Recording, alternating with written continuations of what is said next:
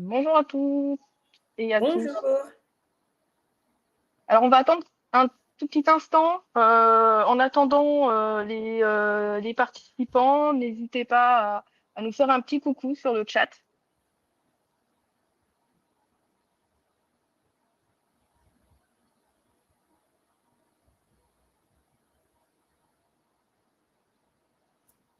Coucou. Bonjour tout le monde. On attend encore un tout petit peu, puis Ouais, on on va démarre dans démarrer. une minute. Ouais, Donc les retardataires se joignent à nous.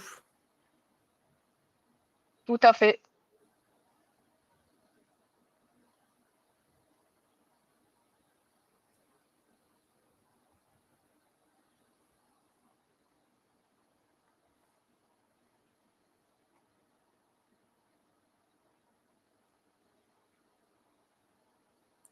Bonjour Cédric.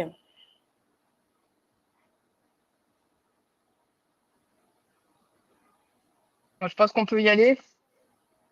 Donc, bonjour à nouveau à toutes et à tous et merci d'être là. Donc, on va passer 30 minutes ensemble sur un sujet qu'on voit revenir très souvent. Donc, en gros, vous avez un CRM, vos équipes l'utilisent ou essayent de l'utiliser en tout cas, et pourtant la performance commerciale n'est pas au rendez-vous. Donc, aujourd'hui, je suis accompagnée de Mélanie qui accompagne les directions commerciales dans la structuration de leur stratégie et de leur process. Et donc, Mélanie, je vais te laisser te présenter en quelques mots. Bah, écoutez, ravie. Donc, effectivement, enchantée, Mélanie. Donc, moi, je suis directrice du développement chez Gimini avec un positionnement plutôt axé sur l'adoption, la performance commerciale et comme point d'entrée de se dire que le CRM n'est que le point final et pas le point d'entrée d'une bonne stratégie commerciale. Et avant de rentrer dans le vif du sujet, on a une petite question assez rapide pour vous. En fait, dites-nous dans le chat quel est votre caillou dans la chaussure avec votre CRM. Est-ce que c'est plutôt le pipeline, la data, l'adoption, les process? Donc, n'hésitez pas, ne soyez pas timide. Ça nous permettra aussi d'axer en fonction de vos retours.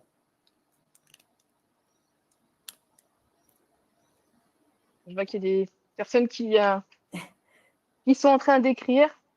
Mise à jour des datas. OK, Jean-Michel. Ouais, L'adoption. l'adoption. OK. Je vois que les problématiques sont assez classiques, bien que trop souvent vues, mais assez classiques quand même. Donc, effectivement, c'est ce qu'on a cité, hein, et ce qu'on entend souvent chez nos clients, c'est notre CRM ne sert à rien, les commerciaux ne le remplissent pas, on ne peut pas faire de forecast fiable. Et le réflexe en fait naturel, c'est quoi? C'est de chercher justement le problème dans l'outil. Alors aujourd'hui, on va vous montrer que la vraie question est ailleurs. Donc en 30 minutes, ce qu'on va voir, c'est déjà de faire un constat terrain. C'est de voir les vraies causes et ce que ça change concrètement de repartir d'une stratégie commerciale et de repositionner en fait le CRM au centre de tout ça. Donc, le constat terrain. Alors, Mélanie, quand tu arrives, toi, chez un client, qu'est-ce que tu vois la première fois? C'est quoi les signaux qui te disent que quelque chose ne va pas? Alors, il y a plusieurs choses qui me frappent. À chaque fois, c'est souvent relié à à la même problématique, c'est une non-maîtrise de ces KPI. Généralement, par exemple, ça m'est souvent arrivé d'arriver sur un audit commercial et d'avoir le directeur commercial qui me dit: «Voilà Mélanie, ça marche pas, je suis pas au rendez-vous, sur mon CA, donc j'ai demandé à mes commerciaux de faire plus de rendez-vous». D'accord, mais partant de quelle base? Sur quoi? Pour aller chercher quel type de client? Et donc du coup, comment on le fait? Bah, en fait, j'ai regardé moi mon CRM, mes commerciaux, ils font en moyenne, je sais pas, 7 rendez-vous, par mois et je leur ai demandé d'aller en chercher 10. Et c'est pas forcément une mauvaise idée en soi, de faire plus de rendez-vous. Personne ne dira qu'être au contact du client, c'est mal. En revanche, c'est OK, mais combien te rapporte un rendez-vous et combien tu dois en faire pour atteindre, ton chiffre d'affaires? C'est là, en fait, le sujet. Et donc souvent, cet exemple, moi, je l'ai retrouvé à chaque fois chez pas mal de clients, c'est une non maîtrise de ces KPI. Et les gens pensent que la non-maîtrise des KPI, elle est due uniquement au CRM. En fait, mon CRM est mal rempli, donc je ne maîtrise pas mes KPI, alors que c'est faux. Enfin, je veux dire, le commerce est un des plus vieux métiers du monde. On a toujours fait du commerce, du troc, et on a toujours pu maîtriser ses KPI. Et simplement, souvent, quand on ne maîtrise pas ses KPI, c'est qu'on n'a pas pris le temps de les poser. Donc ça, c'est vraiment moi le premier sujet qui me frappe, c'est quand je vois quelqu'un qui me dit je ne maîtrise pas mes KPI, je ne connais pas mon taux de transfo, je ne connais pas mon panier moyen, je ne sais pas comment me rapporte un rendez-vous. Là, je considère qu'il y a quand même une alerte. Oui, et souvent, ce qu'on entend, hein, c'est il faut mieux paramétrer le CRM, il faut former les commerciaux à l'outil. Est-ce que c'est vraiment ça la solution? Alors oui, quoi qu'il arrive, il faut mieux paramétrer son CRM, il faut former ses commerciaux, mais l'outil ne va pas résoudre le problème de base. En fait, l'alignement de ce qui fait de la croissance dans une entreprise, c'est une espèce de, ce que j'appelle une pyramide, moi, c'est le parfait alignement entre une bonne stratégie commerciale, donc c'est-à-dire où je vais, comment j'y vais et avec qui j'y vais, avec la bonne équipe en face. Donc, ça veut dire des ressources qui sont à leur bonne place, c'est-à-dire je ne mets pas quelqu'un qui ne sait pas faire du grand compte sur une stratégie grand compte, donc des équipes qui sont compétentes et le bon outillage. Et c'est ça qui va faire que ça va fonctionner. Mais on ne peut pas outiller des gens sans avoir pensé ce qu'on voulait y mettre dedans, puisque le CRM doit être le reflet d'une stratégie commerciale. Et donc, même si on demande à tous nos meilleurs techniciens de bien paramétrer un CRM, il ne faut pas oublier que c'est une solution qui évolue en fonction de la stratégie de l'entreprise, donc en fonction aussi de sa performance, en fonction des nouvelles offres qui rentrent, en fonction de sa nouvelle organisation. Et moi, ce que je vois souvent, c'est qu'il y a eu une stratégie qui a été pensée. Et j'étais chez un client il y a quelques mois et qui a Salesforce et qui m'a dit, bah voilà, mon CRM, en fait, on l'a beaucoup bidouillé, les équipes ont un peu évolué au gré du vent et maintenant, il y a des équipes qui l'utilisent beaucoup, d'autres pas, d'autres qui sont développées. En fait, ce que j'ai remarqué, c'est qu'ils ont fait un gros projet Salesforce il y a 7 ou 8 ans, je dirais. Ils ont mis en place une superbe machine. Simplement, ils ont refait leur stratégie. Ils ont fait des rachats d'un très grand groupe à un autre grand groupe. Donc, ils ont fusionné avec un autre. Ils ont intégré ces gens-là. Et en fait, ils ont pris uniquement une TMA qui leur a permis de maintenir la solution. Mais ils n'ont jamais repensé leur CRM. Et donc, les plus technophiles ont commencé à améliorer la solution dans leur coin. Mais aujourd'hui, la solution, effectivement, elle ne convient plus parce que la stratégie a évolué et parce que personne s'est reposé sur « Attends, est-ce que cette stratégie-là, elle est toujours la bonne? Est-ce que mon CRM est toujours bien paramétré ?» Parce que comme le travail a été fait avec un travail colossal, puisqu'on parle d'une entreprise qui fait plusieurs millions, des centaines de millions d'euros de chiffre d'affaires, et c'est ça le problème, c'est qu'aujourd'hui, on pense que cette solution, elle est figée. J'ai pris Salesforce, j'ai pris HubSpot, j'ai pris n'importe quel CRM, et du coup, c'est bon, j'y vais. Et je fais des évolutions à la marge. Alors que non, il faut toujours se reposer la question. Chaque année, on repense notre stratégie commerciale, on revoit nos objectifs, on revoit nos KPI. Le CRM, il doit faire la même chose, en fait. Donc, en fait, en gros, le CRM, en réalité, c'est un miroir. Et donc, il doit être ajusté régulièrement en fonction de la stratégie qui est mise en place. Exactement. Et non pas être figé.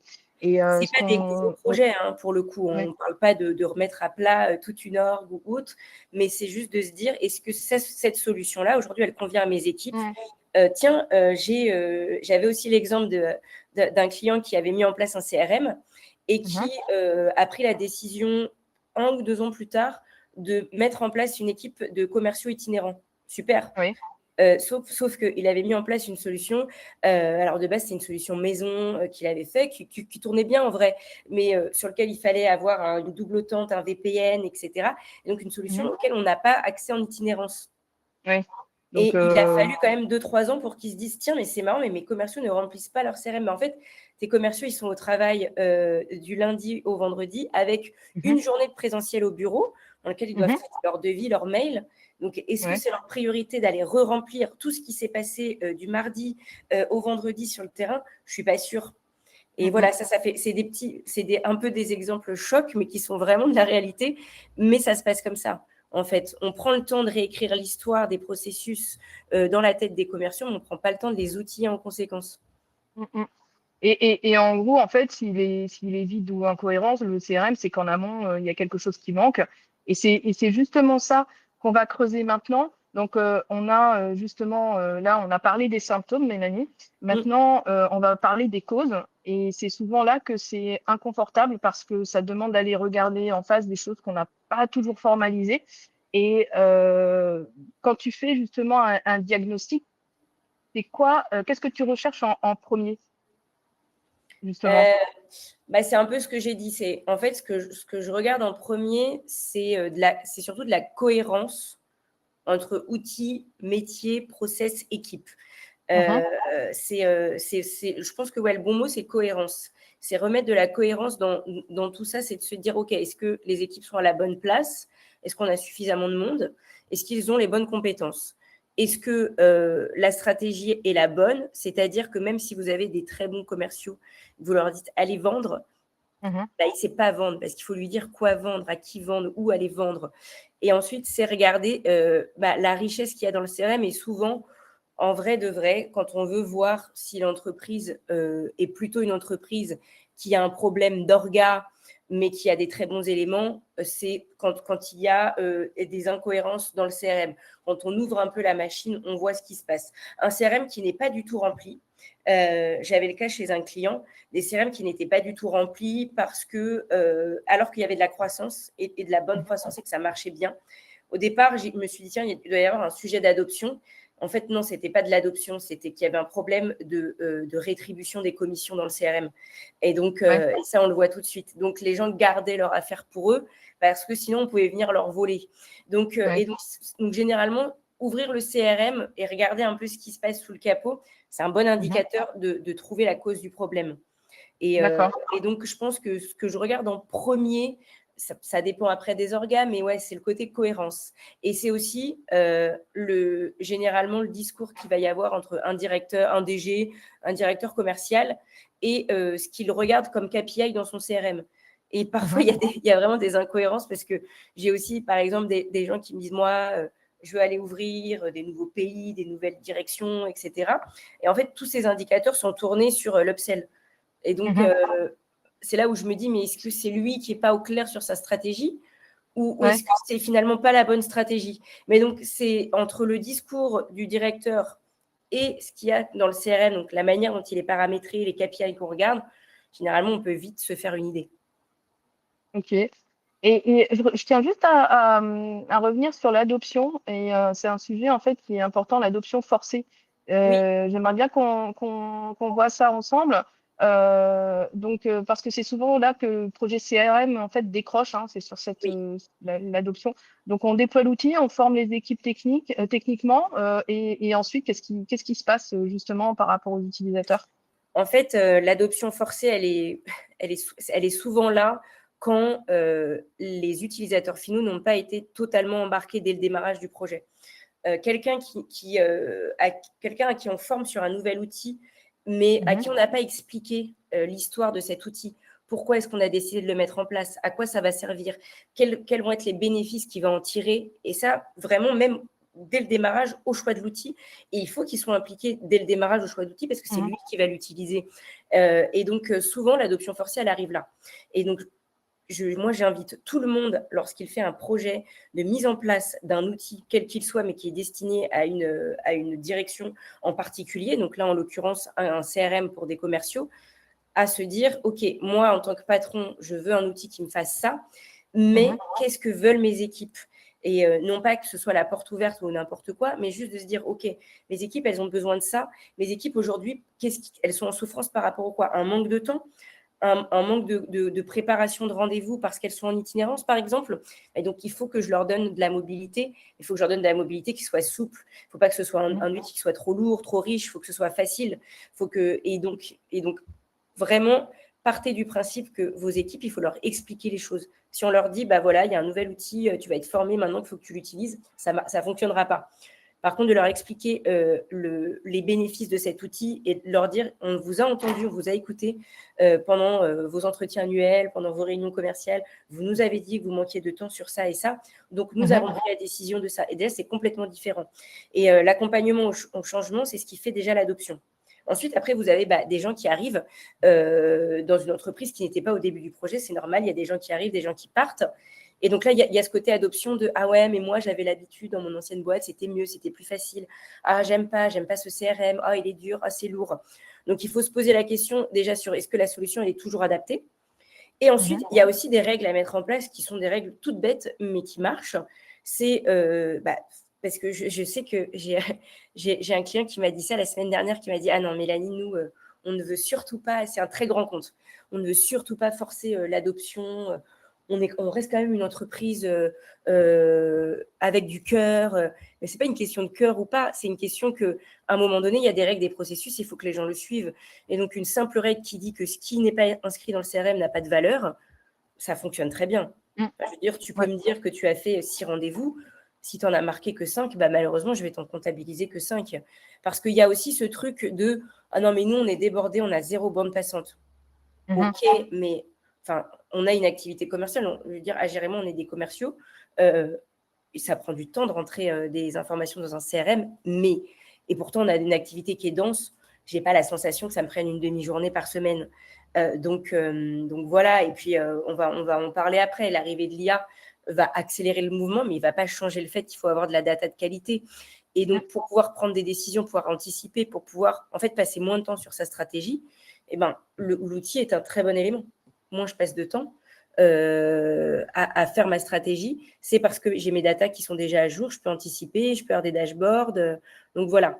Donc, par pitié, le CRM, ça doit devenir votre organe vital, en fait. Ouais. Et d'ailleurs, c'est l'outil quotidien et en faire un outil quotidien. Parce C'est que ça. si il n'est pas utilisé quotidiennement, la data, tout à l'heure, il y avait une réponse comme quoi mise à jour de la data. Il faut vraiment que le CRM soit incontournable dans le quotidien du commercial. Et je Donc, rajouterais une ouais, chose où moi, je l'ai ouais, vu et je l'ai beaucoup vu sur des directions générales qui se plaignaient de l'adoption. Et moi, je me souviens d'avoir posé la question à une DG, lui avoir dit, écoute, Karine, est-ce que tu ouvres ton CRM, toi? Bah non, d'accord. Mais en fait, tu es directrice générale de la boîte, c'est ton outil de pilotage, enfin, ça devrait l'être. Et du coup, toi, Nathalie, directrice commerciale, tu l'ouvres ton CRM? Oh, très peu. Non, non, très peu. Et en fait, ça passe aussi par l'exemple. Et il faut que les directions générales, elles prennent l'habitude d'utiliser cet outil parce que ça doit devenir l'outil de référence. tout à fait. Et là, en fait, on va partir sur. On arrive donc à la partie la plus concrète. Et j'imagine que c'est là que vous attendez également des réponses. Je parle aux participants. Donc, en fait, souvent, les projets sont vécus comme un projet IT plutôt que comme un projet métier. Et du coup, Mélanie, toi, tu remets du métier dans. En fait, comment on remet du métier dans tout ça et par où tu commences pour justement que ce soit beaucoup plus métier et que là, par rapport à ce que tu disais tout à l'heure. Ouais, alors je commence déjà par le fait que, effectivement, je leur dis, en fait, c'est généralement en tout cas moi, quand j'ai lancé des projets CRM avec des entreprises, les premières personnes que je rencontre ne sont jamais le métier et ce ne sont jamais l'IT, c'est toujours le métier. C'est hyper important parce que on en revient à la cohérence, il faut garder une cohérence avec un schéma SI global, il faut que cette solution s'inscrive avec les solutions. Il faut aussi qu'elles vivent avec les solutions. Il ne faut pas que le projet CRM soit un projet en stand-alone. C'est très dangereux. Et ça va aussi créer de la non-adoption. Mais par contre, moi, je le dis, en fait, c'est vraiment une phrase que je dis. Et je le dis toujours, si j'ai pas quelqu'un qui dirige l'entreprise, quelqu'un du COMEX, le DG, en fonction de la taille de la boîte, pour la prise de décision, si cette personne-là, elle n'est pas engagée, elle n'est pas concernée, le projet ne fonctionnera pas. Et donc, souvent, je commence par rencontrer une personne qui va être souvent le sponsor du projet, quelqu'un qui a eu un point de douleur, donc il a besoin d'une solution, du marketing, du commerce ou autre. Mais je leur dis, et en fait, voilà toutes les parties prenantes que moi j'ai besoin autour de cette table pour que le projet, on puisse le signer et le démarrer ensemble. Et donc, effectivement, il y a la DSI, mais il y a aussi la direction générale qui doit être sponsor du projet, qui doit être embarqué, qui doit participer aux ateliers, pas tous, mais qui doit vraiment se faire comme porte-parole et qui doit aussi expliquer. Et après, il y a les directions métiers qui sont concernées. Et les directions métiers qui sont concernées, c'est pas parce qu'on fait un projet qu'on déploie la solution sales, que la direction marketing, elle n'est pas concernée, que la direction recouvrement, elle n'est pas concernée, parce que ce sont des premières étapes, en fait. Mais le CRM, ça doit être quelque chose qui doit être pensé comme global, évolutif. Et donc, ces parties prenantes, elles doivent être engagées dès le démarrage. Et c'est ça qui est important. Et du coup, je vais reposer un peu la question autrement, mais je pense que c'est important de s'y attarder. C'est quand tu constates justement un écart entre ce qui est dans le CRM et ce que vivent vraiment les commerciaux sur le terrain, comment tu réconcilies les deux et comment tu embarques les utilisateurs dans cette démarche justement. Donc là, en fait, on part du principe que le CRM est déjà mis en place et que ce soit pas un déploiement from scratch. Eh ben, un peu à la mode Salesforce, je commence par faire des immersions terrain, des vies ma vie, et de comprendre aujourd'hui les points de douleur, et ensuite de leur montrer comment on peut les résoudre, et de savoir si, en fait, on y va par itération. J'ai compris ton point de douleur, reprenons l'exemple de l'itinérance. Tu n'as pas accès à ta data en itinérance. Est-ce que si je te mets en place ça, ça peut fonctionner? Et c'est de eux que doit venir le oui, et pas de la direction générale. Et souvent, moi, c'est ça que j'observe, c'est que dans les soutenances, je l'ai vécu même lundi. Lundi, on a fait une grosse soutenance, on avait toute la direction générale. Il n'y avait aucun utilisateur finaux. Et ça, c'est dommage parce que même si ce n'est pas eux qui vont payer pour la mise en place de la solution, à la fin, c'est eux qui vont l'utiliser et mettre beaucoup d'argent sur la table pour que ce ne soit pas utilisé. C'est dommage. Et donc, c'est ça que j'observe. C'est que généralement, quand il y a un problème, je leur dis, OK, on va rencontrer vos directions, mais il faut aussi qu'on rencontre vos métiers. Et donc, moi, je fais des vies ma vie, je fais des immersions terrain, je fais un vie ma vie d'une journée type dans la peau d'un commercial, typiquement. Okay. Donc, je pars avec lui le matin, je regarde, je l'observe toute la journée, ce qu'il fait, et qui m'explique, en fait, qui me commente, ah bah là, tu vois, là, ça coince. Ah bah là, regarde. Bon, bah là, tu vois, par exemple, j'ai pas eu le temps de préparer mon rendez-vous, d'accord. Pourquoi? Bah parce que, en fait, j'ai pas d'outil, j'ai un outil qui est pas adapté, parce que regarde, je suis dans ma voiture, je peux pas ouvrir mon PC. Et ça fonctionne hyper bien. Ok. Et là, en fait, je vais passer à un autre sujet qui est justement, en fait, souvent chez nos clients, on voit des dashboards avec 40 métriques et au final, aucun commercial ne le regarde, ce que tu disais aussi tout à l'heure hein, par rapport au management. Selon toi, c'est quoi un bon KPI commercial qui, justement, des métriques qui peuvent être mises en place pour que les utilisateurs et le management, en fait, s'y retrouvent? J'avais pour habitude de toujours poser une question. Ça, c'était un de mes anciens managers qui m'avait expliqué que si je savais répondre à cette question, normalement, je maîtrisais mes chiffres. Et en fait, c'est combien te rapporte un rendez-vous. Pourquoi? Parce que combien te rapporte un rendez-vous, ça te permet de savoir c'est quoi ton panier moyen, ton taux de transformation, combien de rendez-vous tu dois faire. Et surtout, quelle est la problématique? Est-ce que c'est ton premier rendez-vous? Est-ce que c'est ton dernier rendez-vous qui pose problème, le closing? Et souvent, quand je pose cette question-là en début d'audit et que la personne, elle ne sait pas me répondre ou qu'elle doit justement ouvrir un outil pour me répondre, c'est que je me dis qu'il y a un manque. Donc, elle ne va pas assez dans son CRM, elle ne maîtrise pas assez ses chiffres. Et donc, ça me donne toujours un indicateur sur si on part de loin ou si on est proche d'arriver à un but intéressant. Ouais. Donc, pour moi, ça fait partie des KPI et je vous invite à vous poser vous-même la question de savoir combien vous rapporte un rendez-vous. Et c'était intéressant, c'était à l'époque quand j'étais dans un cabinet de conseil et je me souviens parce que j'avais le DG qui était passé et qui me l'avait posé cette question-là. Et moi, je pilotais l'automobile, j'avais Renault et j'avais PSA d'un côté. Et j'avais pas du tout, je savais que chez Renault, un rendez-vous me rapportait 100 000. Mais que par contre, mon taux de transfo était très compliqué. Je savais que chez PSA, c'était plutôt 30 000. Donc, il fallait que j'ai un plus gros pipe. En fait, tout de suite, ça donne un indicateur qui est assez profond. J'ai un problème de taux de transfo, mais par contre, j'ai des gros projets. J'ai beaucoup de tout venant. Mais par contre, il va falloir que je close. Je ne sais pas si ça résonne, si ça parle, mais voilà, c'est quand même un KPI que je trouve ultra intéressant. Et c'est d'ailleurs un KPI qui se retrouve rarement dans les dashboards commerciaux que l'on peut observer. Côté, on a souvent le pipe, l'ouverture, le taux de transfo, la marge ou autres, qui sont des très, très bons KPI. Hein. Mais je pense que parfois, qui peut le plus peut le moins. Et peut-être qu'il faudrait simplifier justement ce pilotage. Je sais que, notamment, moi, j'en ai vu notamment sur Salesforce, des dashboards mais magnifiques avec des KPI de zinzin, mais sans mentir, à une trentaine d'écrans. Et du coup, qu'est-ce qui se passait quand je faisais l'audit et que j'allais voir les directeurs de région, ils me disaient oh, ça, on ne le regarde jamais, il y en a trop. Et en fait, Oui. plutôt que Bah de oui, se dire forcément. regardez la profondeur de cette solution CRM, c'est Ouais. incroyable tout ce que je peux faire, c'est plus de se dire ok, alors avant de paramétrer toute cette profondeur, de quoi j'ai vraiment besoin? Ouais. Oui, c'est justement ce que je disais tout à l'heure, hein, c'est plus tu as de KPI et moins finalement tu vas regarder, quoi. Alors que si tu as un tableau de bord avec vraiment les informations nécessaires et qu'il te faut, en général, c'est beaucoup plus pertinent. Et aussi, je vous invite, parce que je sais que c'est jamais évident de se dire sur quoi je dois me piloter, parce que parfois on lance une nouvelle activité, donc on ne sait pas exactement. Donc déjà, vous pouvez regarder le marché, comment le marché se pilote, de regarder aussi comment font vos confrères, mais attention, en prenant bien en compte que ce qui, eux, les importe n'est pas forcément ce qui vous importe à vous, parce que normalement, vos dashboards doivent être aussi le reflet de votre stratégie et de là où vous voulez accélérer. Tout à fait. On arrive à la fin de ces 30 minutes. On est dans les temps. Donc, trois choses à retenir.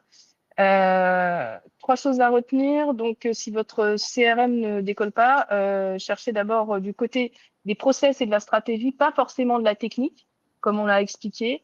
C'est aussi de remettre du métier dans votre CRM, hein. Ça commence par regarder en face votre cycle de vente réel, hein, et également les évolutions de votre cycle de vente. Et également un CRM simple et bien utiliser vos plus qu'un CRM complexe et vide, comme citait Mélanie lors de ses exemples. Et je rajouterais aussi que ce Oui, CRM simple, parce que je sais que c'est le grand sujet du moment, mais c'est un CRM simple avec de la bonne data, de la data qualitative, c'est ce qui va vous permettre de passer à l'étape IA. Sinon, vous tout à fait. n'y arriverez pas. Tout à fait. Et Mélanie, ben, pour ceux qui se reconnaissent dans ce qu'on a décrit là, quelle est la première étape que tu recommandes? De nous appeler, hein, tout simplement. De nous appeler pour Deuxième étape, cela. c'est faire un mail si vous voulez, éventuellement. On accepte Voilà, tout. et vous pouvez nous contacter également euh, comment via nos profils LinkedIn, par mail ou par téléphone. Ben, je vois là qu'il y a un numéro qui manque, Mélanie, mais Ah avec oui. grand plaisir. En tout cas, je ne sais pas si vous avez des questions. S'il n'y a pas de questions, merci à tous. Ah, Ouais, il y a, il y a si, Jean-Michel qui a écrit. oui, oui. Eh ben, ils nous disent merci. Eh ben, merci beaucoup pour votre attention. Au plaisir de répondre à vos questions en one-to-one si besoin. Bonne journée et bon appétit. Bon appétit. Au revoir.